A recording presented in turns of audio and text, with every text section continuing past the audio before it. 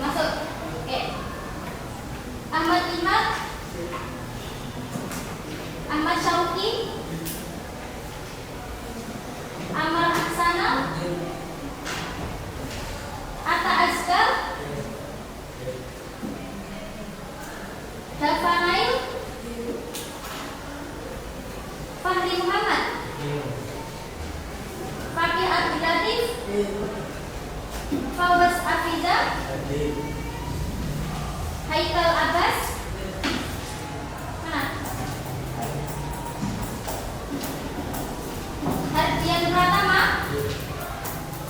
Muhammad Adin, Ishak. Sakit apa Muhammad Adin? Si. Capek. Muhammad Baidarus. Masih ngantuk? Coba berdiri sebentar. Mau wudhu atau mau berdiri aja? Mau wudhu? Boleh. Gak lama ya. Muhammad Diki, Fahri Putra. Muhammad Fahri. Dari tadi Muhammad Fahri. Baru aja.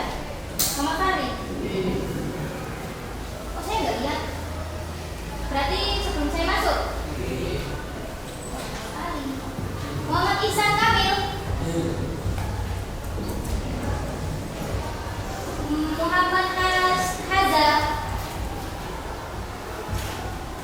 Muhammad Saiha, Pondok. Apa di mana? Oh, hari ini nggak masuk. Oh ya. Muhammad siapa tadi? Saiha. Muhammad Zaki Muharram, Muhammad Tarik, Muhammad Zurul, Mumtaz Barik. Dari mana Mas? Thailand. Oh ya. Mana ya? Nur Muhammad Nafas, Ronald Harun, Pondok. Di sini ya, duduknya. Kalau ini? Oke. Sofwan Samani, Umairah, Zainuri Mustafa. Yang sampingnya Mas itu ada nggak? Ada. Berarti mau balik ya? Sampingnya Mas itu ada. Iya Mas, yang belakang dari mana? Oh ya, namanya. Lama enggak tadi? Dari istirahat ya? Oh enggak. Terus ini ada ya orangnya ya? Ini enggak ada. Oh ya. Oke, kita lanjut pelajaran ya. Temannya yang satu ini sambil nunggu. Kira balik atau tidaknya? Kita tunggu. Kemarin sampai mana? Sinonim. Bab sinonim ya? Sinonim. Kita baca dulu. Membandingkan kalimat perbandingan, analogi, sinonim dan antonim. Oke, di sini di dalam sebuah karya artikel ilmiah populer itu pasti ada tulisan perbandingan, analogi, sinonim dan antonim. Atau dimanapun tulisan itu biasanya kalau di karya ilmiah populer itu untuk supaya tulisannya tidak monoton, tidak membosankan, bisa menarik pembaca dan masuk ke dalam variasi tulisan. Oke, apa itu perbandingan dan analogi? Perbandingan itu ada dua hal, kesamaan bentuk dan sifat.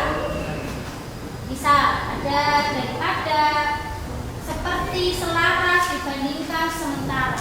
Kalau analogi, kelas K, kelas 8K, misalkan kelas 8K lebih bervariasi daripada kelas 8B, ya. daripada itu perbandingan. Sudah tahu kan? Oke. Terus analogi membandingkan dua hal yang mempunyai kesamaan dengan cara kiasan. Bak bagai umpama seumpama. Itu nanti biasanya analogi itu kalau masih di kelas 8 masih karya ilmiah yang kecil-kecil itu, maksudnya yang masih satu halaman yang masih karya ilmiah populer, itu analoginya akan lebih sedikit, tapi pasti ada. Seumpama, umpama bagai, contohnya langsung membicarakan fasilitas untuk peserta didik difabel cukup rumit, bak mencari jarum dalam jerami. Bak mencari jarum dalam jerami. Istilah-istilah gitu ya. Betul, seperti istilah. Rumit itu artinya susah tapi bisa. Susah dicari tapi bisa dicari. Itu rumit. Contohnya mencari jarum di dalam jerami. Bayangkan mencari jarum sekecil itu di dalam jerami. Kira-kira bisa nggak? Bisa ya, tapi sulit. Nah itu rumit, itu percontohan tulisannya. Jadi dari tulisan analogi ini akan kalian itu bisa membayangkan sulitnya itu yang seperti apa. Oke, dari mana Mas? Kok lama? Apa? Oh ya, sok lama-lama ya. Sekali. Kemudian ada antonim dan sinonim. Semuanya sudah tahu apa itu antonim dan sinonim. Ini sudah paham. Kita lanjut ke mengulas karya fiksi. 106. Halaman 106. Karya fiksi itu, pemaknaan karya fiksi itu tidak hanya di sini kan, karena di sini contohnya salah. Dari mana? Mandi. Ini baru masuk sekarang ya? Kok lama? Di bawah. Oh ya, Atri. Bisa ikuti. Mengenal karya fiksi. Biasanya karya fiksi itu apa aja? Karya itu sesuatu yang sudah dibuat, sebuah karya. Kalau di tulisan itu misalnya ini karyanya siapa? Oh, kalau ini kan susunan. Kalau buku ini susunan, karyanya banyak. Kalau misal di pondok-pondok tuh kitab apa yang kalian tahu karyanya siapa? Apa? Abatil Fikih karyanya siapa? Oke, berarti karangannya, pengarang, yang membuat, yang mengarang, yang menyusun. Itu oke, karya ya. Fiksi, kalau di sini fiksi. Fiksi apa kemarin kalimat fiksi? Kalimat yang tidak nyata. Kalimat yang tidak nyata. Apalagi?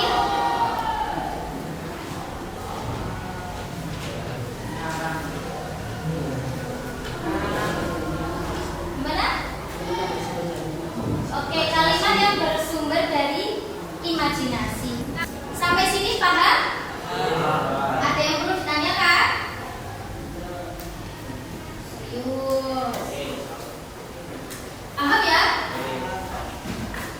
Oke. Kita buat kelompok lagi ya.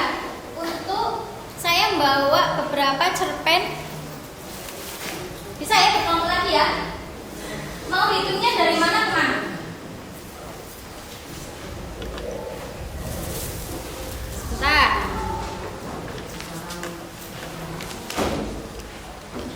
Satu, dua,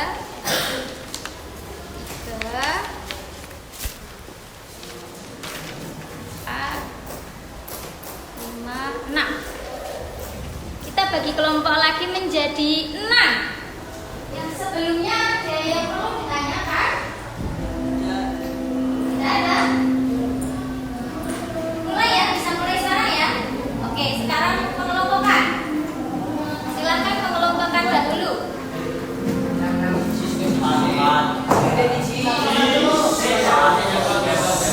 Ayo. 1, 2, oh ini. 1, 2, 3, 4. Yang di sini 4 kelompok, di sini 2 kelompok.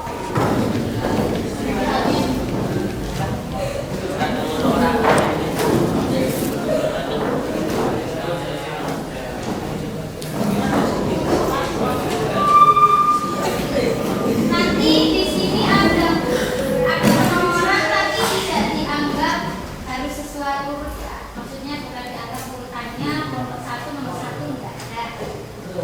Jadi nanti ditulis saja judulnya. Dua.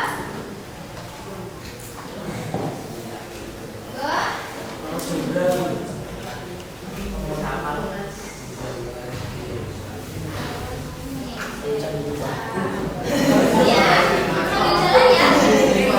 Oke. Ayo, silent, diam dulu. Tenang, perhatikan. Kita mulai dari kelompok 6. Ayo, berdiri. Satunya kemana itu? Ayo bacakan, dengarkan teman-temannya. Iya, bacakan hasilnya.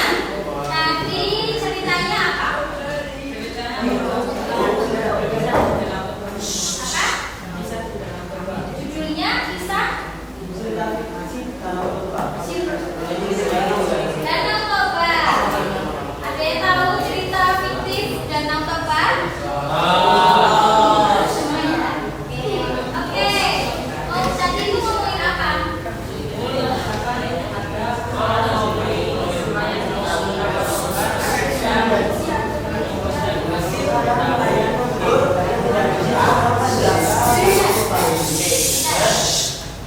Seru banget ya.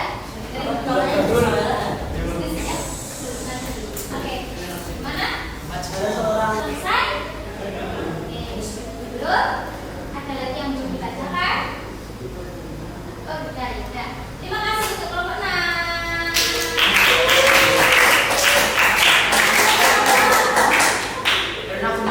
Ayo, kelompok berapa? Kelompok 2. Menceritakan tentang apa kelompok 2? Perhatikan semuanya. Sangkuriang dan ibunya Dayang Sumbi. Sangkuriang dan Dayang Sumbi. Dayang Sumbi. Ada yang pernah dengar cerita tentang Sangkuriang dan Dayang Sumbi? First time. Oke, first time ya. Ini fresh banget ini pengetahuannya. Monggo dibacakan. Dari temanya apa? Temanya. Tema dulu. Urut. Temanya tuh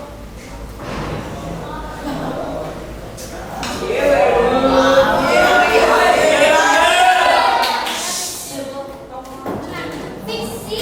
Terus apa lagi? Sudah? Terima kasih.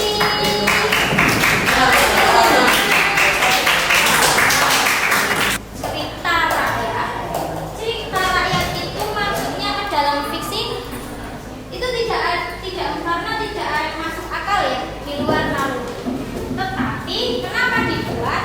Karena di sana untuk mencontohkan atau terdapat pesan-pesan yang bisa diteladani oleh masyarakat Indonesia, terutama di latar tempat terjadinya. Misal ada yang di Sleman itu, ada yang dari Sumatera, ada yang dari Bandung, Jawa Barat. Itu kenapa pembuatan karya fiksi itu juga salah satu. Oke, sampai sini. Monggo bisa kembali